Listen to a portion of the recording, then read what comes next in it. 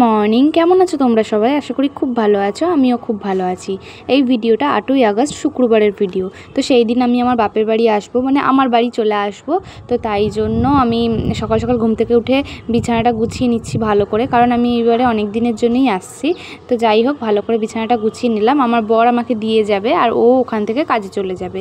তো যাই হোক, ভালো করে বিছানাটা গুছিয়ে নিলাম।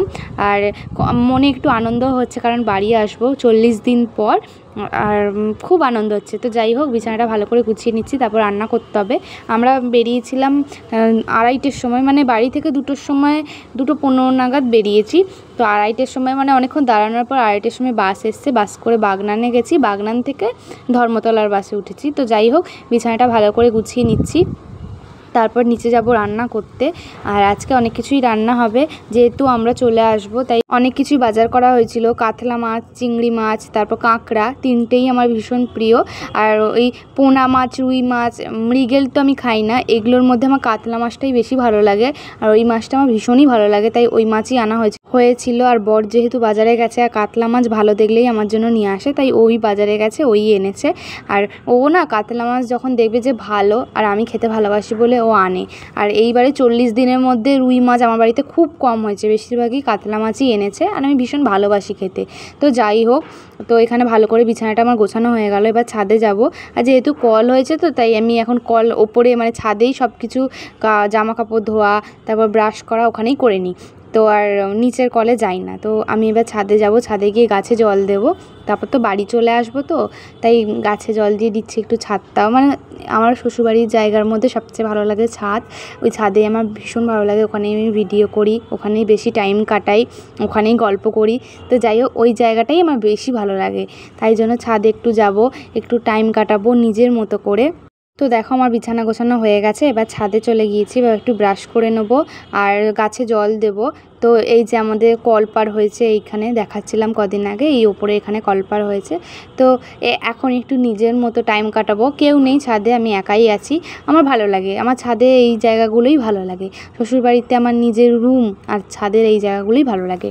অন্য জায়গা ভালো লাগুক না লাগুক, রুম, বারান্দা, তারপরে ছাদে আমার ভীষণ ভালো লাগে। আমি বেশিরভাগ টাইমই এখানেই কাটাই, আর নিচে রান্না করি, খাওয়া দাওয়া করি, চলে আসি। ছাদে একটুখানি দাঁড়ালেই না মনটা ভালো হয়ে যায়, মন যতই খারাপ হোক। তো যাই হোক, অনেকেরই অনেক জায়গা ভালো লাগে, অনেকেরই অনেক জায়গা খারাপ লাগে। তো আমি বললাম যে আমার এই জায়গাগুলো ভালো লাগে। তো যাই হোক, গাছে জল দেওয়া হয়ে গেছে, আর এই গাছগুলো জল দিয়ে যাচ্ছি।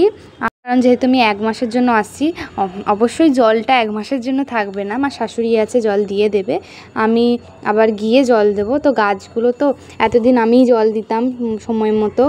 তো এইখানে চিংড়ি মাছ এনেছে, দেখো, আর চিংড়ি মাছগুলো সব জ্যান্ত। আর কি বলো তো, এগুলো হচ্ছে মুগরি দেওয়া হয় বর্ষাকালে। তো বৃষ্টি হলে খালে বিলে পুকুরে ধান খেতে মুগরি বা মুংড়ি যাই হোক কিছু দেয়, ওখানে কাঁকড়া, চিংড়ি মাছ ধরা পড়ে। তো বর্ষাকালে মুগরি বা মুংড়ি ওই খালে বিলে বা ওই ধান খেতে পুকুরের কাছে এগুলো দেওয়া হয়।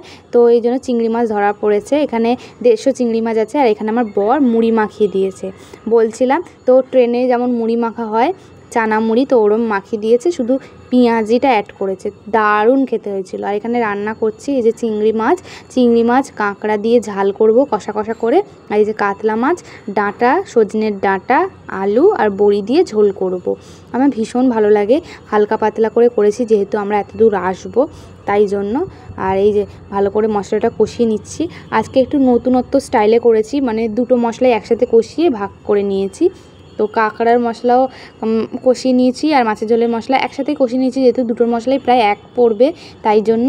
আর এখানে 2টো কাঁকড়া, বড় বড় 2টো কাঁকড়া পেয়েছিল, তো দিয়েছে, তাই আমার একটা, আমার আর বরের অর্ধেক, আর আমার শ্বশুরমশাইয়ের একটা। তো বড় বড়ই কাঁকড়া ছিল। আর এই যে এখানে ডাঁটাগুলো ভালো করে ভেজে নিয়ে কষিয়ে নিচ্ছি। আর এই যে এই চিংড়ি মাছ আর কাঁকড়া দিয়ে ঝাল করব কষা কষা করে। আর ডাঁটা, সজনের ডাঁটা, আলু, বড়ি দিয়ে কাতলা মাছের ঝোল। তারপর খাওয়া দাওয়া করে আমরা রেডি হব, কলকাতা আসবো, মানে আমি ধর্মতলায় আসবো, আমার বর কোনায় নেমে যাবে। তো ও বলছিল যে তোমাকে ছেড়ে দিয়ে আসি, আমি বললাম দেরি হয়ে যাবে। আবার এটাও বলছিল চলো আমার সাথেই চলো, দক্ষিণেশ্বরে মেট্রোয় তুলে দেবো। তো আমি কোনোটাতেই রাজি হইনি। কারণ আবার মেট্রো করে আমাকে এতটা আসতে হবে, তার থেকে বাসেই চলে যাব। তো যাই হোক, এখানে রান্নাগুলো করে নিচ্ছি। এখানে ভাতের জল মানে ভরে নিচ্ছি, মানে হাঁড়িতে জল নিয়ে নিচ্ছি, কারণ আমার শাশুড়ি বললো যে উনি উনুনে রান্না করবে, ভাতটা করবে। তো আমাদের উনুন ছাদে আছে, বাপের বাড়িতেও উনুন ছাদে আছে। তবে আমার বাপের বাড়িতে উনুনে রান্না হয় না, আর শ্বশুরবাড়িতে হয়, কারণ টুকটাক ওই জ্বালানি পাওয়া যায়, ওই কাঠ এগুলো পাওয়া যায়, তাই জন্য রান্নাটা হয়। তো উনি ছাদে ভাত করবে, শুধু ভাত হয়, শাশুড়িই করে। আমি কখনো উনুনে রান্না করতে পারি না, আর করিও নি, আমি গ্যাসেই করি। এই 4 বছরে গ্যাসেই করেছি। তো যাই হোক, এত কথা বাড়িয়ে লাভ নেই। তো এখানে ভাতের জলটা আমি নিয়ে নিচ্ছি। আর প্রথমে বলছিল যে গ্যাসেই হবে, তারপর বলল না, উনুনেই করে নিই যখন সময় আছে। আর যেহেতু আমার বাড়ি আসবো, তাই তাড়াতাড়ি সব রান্না হয়ে গেছে, 10:30টার মধ্যে সব রান্না কমপ্লিট। এই জন্য বললো যে এখন টাইম আছে, তাই উনুনে ভাতটা করে নিই, আমরা দুজনেই খেয়ে দিয়ে বেরিয়ে পড়বো। তাও বেরোতে বেরোতে আমাদের 2:15 হয়ে গেছে। আর বাগনান পৌঁছতে পৌঁছতে প্রায় ওই 3:30টের সময় পৌঁছেছি। তো এখানে আমার সব রান্না হয়ে গেছে, পুরো কমপ্লিট সব রান্না। আর তোমাদের ভালো করে দেখিয়ে দিচ্ছি কি কি রান্না হলো। এই যে ডাঁটা দিয়ে, সজনের ডাঁটা, আলু, বড়ি দিয়ে কাতলা মাছের ঝোল। আর বড়ি দিলে না ভীষণ ভালো খেতে হয়, তোমরা একবার বাড়িতে রান্না করে ট্রাই করে দেখতে পারো, সত্যি খুব ভালো হয়। আর যারা করবে তারা কমেন্টে জানিও। আর এখানে আছে শাশুড়ির জন্য নিরামিষ তরকারিটা তুলে রেখেছি, মানে মাছ দেওয়ার আগে ডাঁটা আলুর তরকারিটা তুলে রেখেছি, যেহেতু উনি পেঁয়াজ খায়, অসুবিধা হয় না, আর ঠেকাঠেকি তো খায়, তাই জন্য এখানে মাছ দেওয়ার আগে তরকারিটা তুলে রেখেছি। তো আর এখানে আছে চিংড়ি মাছ ভাজা কিছুটা রেখে দিয়েছি, আর একটা মাছের পিস রেখে দিয়েছি ভাজা। আর এখানে মাছের ডিম এনেছিল একটুখানি, তো সেটা ভাজা রেখে দিয়েছি। আর নিচে আছে কাঁকড়া দিয়ে আর চিংড়ি মাছ দিয়ে কষা কষা করে ঝাল। তো বর বললো নাকি এটা ভীষণ সুন্দর খেতে হয়েছে। তো আমি রান্না করলে আমার বর যেটা ভালো হয় সেটা অবশ্যই প্রশংসা করে, আর যেটা খারাপ হয় সেটা বলে দেয় যে কি খারাপ আছে, তাহলে আমি ভালো করতে পারবো। আগে বলতো না, এখন বলে দেয়। তো আমি জোর করি যে কেমন হয়েছে না হয়েছে, ওই জন্য বারবার জিজ্ঞেস করি বলে, আর জিজ্ঞেস করতে হয় না, এখনই সব বলে দেয়। আর কিছু করার নেই, তো বলতে তো হবেই, নইলে আমি শিখবো কী করে। তো যেটায় নুন দেই না, মানে নুন কম হয় বলে দেয়, যেটা ঝাল বেশি হয় বলে দেয়, যেটা ভালো হয় সেটা সত্যিই প্রশংসা করে। সবার বর করে কিনা জানি না, আমার বর করে। তো এখানে গাছগুলো ভালো করে দেখিয়ে দিচ্ছি, দেখো গাছগুলো না বৃষ্টির জল পেয়ে ভালোই পুষ্টি হয়েছে। তো যাই হোক, আর এখানে না আমি চালের জল দিই তো মাঝে মধ্যেই, তাই আমি দেখেছি ভিডিওতে চালের জল দিলে গাছ ভালো হয়। তো যাই হোক দিয়েছি। আর এখানে আমার ননদ এসছে আমাকে রাখি পরাতে, কারণ সেই দিন 1টা থেকে রাখি পূর্ণিমা পড়ে গিয়েছিল। তো ও এসছে, যেহেতু আমরা চলে যাব, তাই ও মানে ওর মনে আছে যে আমরা কখন যাব, ও কিন্তু তাড়াতাড়ি চলে এসছে। তো এখানে রাখি পরিয়ে দিচ্ছে, আর একটা ক্যাডবেরিও দিয়েছে। তো এখানে আমি আমার বর রেডি হয়ে বেরিয়ে পড়েছি। আর এখানে একটা ভিডিও করছিলাম, বললাম তুমি হাতটা দাও, আমি হাতটা দিয়ে একটা ভিডিও করি। এই যে আমরা চলে এসেছি, আর আজকে না এত লেট হয়েছে, মানে আমরা বাগনানে আসার বাসটা ঠিক করে পাইনি, প্রায় আধ ঘন্টা দাঁড়িয়ে আছি। আবার বাগনানে এসেও অনেকক্ষণ দাঁড়িয়েছিলাম। তো 4টের সময় ধর্মতলার বাসে উঠেছি, আর অনেক বাজিয়ে দিয়েছে এই বাসটা, মানে 4টের সময়, যেখানে ধরো বাগনান থেকে ধর্মতলা 64 কিলোমিটারের কাছাকাছি, তো সেইখানে যেখানে 40 থেকে 1 ঘন্টা সময় লাগে, সেখানে 2.5 ঘন্টা লাগিয়ে দিয়েছে, 4টে থেকে 6:35 পর্যন্ত। মানে ভাবো কত লেট, যেহেতু জ্যাম ছিল রাস্তায়। তো আর কিছু করার নেই, এখানে আমি আর আমার বর গল্প করছি, হাসাহাসি করছি। একটু পর দুজনেরই মন খারাপ হয়ে যাবে, কারণ ও চলে যাবে কোনাতে নামবে, কোনা থেকে ও দক্ষিণেশ্বরে বাস ধরে চলে যাবে, আর আমি একাই ধর্মতলা চলে যাব। তো ও না মানে একা ছাড়তে চায় না। আমি বললাম যে কি হবে, কিছু হবে না, শিখতে হবে। কিন্তু ও কখনো একা ছাড়তে চায় না, আমার মায়ের মতোই। আমার মা যেমন একা কোথাও যেতে দেয় না, ও তাই। তো ও বলছে আমার যতই কষ্ট হোক, আমি তোমাকে পুরো বাড়ি পর্যন্ত না দিয়ে আসতে পারি, ধর্মতলা পর্যন্ত দিয়ে আসবো, তোমার মা যেন তোমাকে আনতে আসে।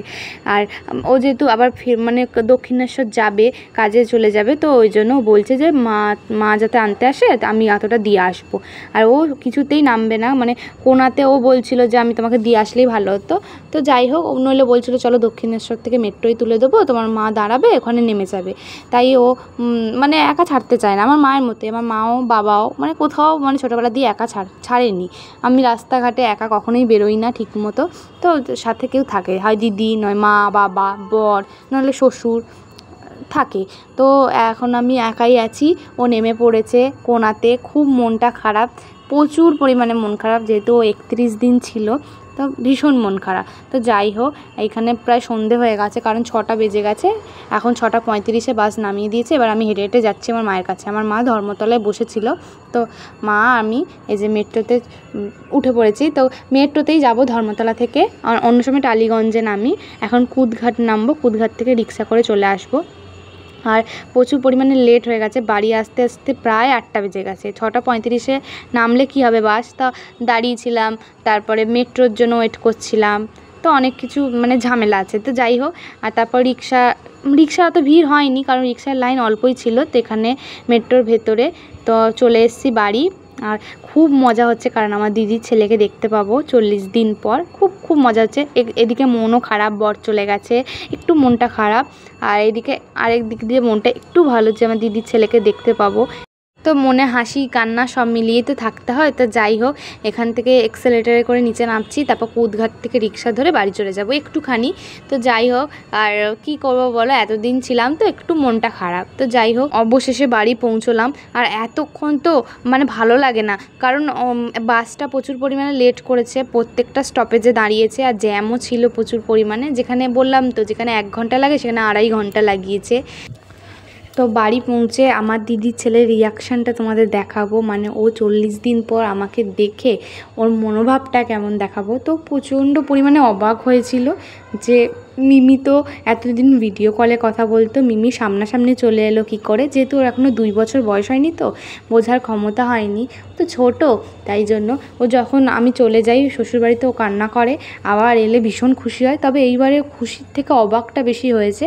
তো আমার দিদিকে ফোন করে বলেছিলাম তুই একটু ভিডিও ক্লিপস করে রাখিস যখন আমি ঘরে ঢুকবো। তো ও আমার মুখের দিকে ক্যামেরা করেছে, ওর ছেলের মুখের দিকে না করে। তো যাই হোক, ও অবাক হয়েছে বেশি, খুশি কম হয়েছে। তো যাই হোক, দেখো তোমাদের দেখাচ্ছি, দেখো প্রচণ্ড পরিমাণে অবাক হয়েছে আর হাসছে, লজ্জা পেয়ে গেছে। তো আমাকে দেখে কেমন করছে দেখো, মানে ও মানে কি পেয়ে গেছে, মিমিকে পেয়েছে মানে কত কিছু পেয়ে গেছে, কত সম্পত্তি সব পেয়ে গেছে। তো যাই হোক, ও মানে অবাক হয়েছে যে মিমি এসছে, তো ও আমাকে ভীষণ পরিমাণে ভালোবাসে, চোখে হারায়। তো যাই হোক, এই যে ওকে কোলে নিচ্ছি, আমিও মনে হয় কাছে পেয়ে যেন পেয়ে গেছি, কত সম্পত্তি, হিরে মুক্ত মানিক পেয়ে গেছি। তো যাই হোক, সব সম্পর্ক একদিকে, দিদির ছেলে আর মাসির সম্পর্ক একদিকে। তো ওর জন্য জামা কিনা আনা হয়েছে, তো এগুলো দেখাচ্ছি। মেয়েদের জামা কিনে এনেছি, ছেলে তো কি হয়েছে, মেয়েদের জামা পরতে বারণ আছে নাকি, ও তো এখন ছোটো, তাই জন্য পরাচ্ছি, আর ভালোও লাগে ওকে দেখতে। তো ও মানে জামা দেখে প্রথম এক্সাইটেড হয়েছিল, তারপর জামাগুলো সরিয়ে জামার বক্সগুলো নিয়ে খেলছিল। তো আজকের ভিডিওটা এই পর্যন্ত, সারাদিনের ভিডিওটা শেয়ার করলাম। Tata, good night.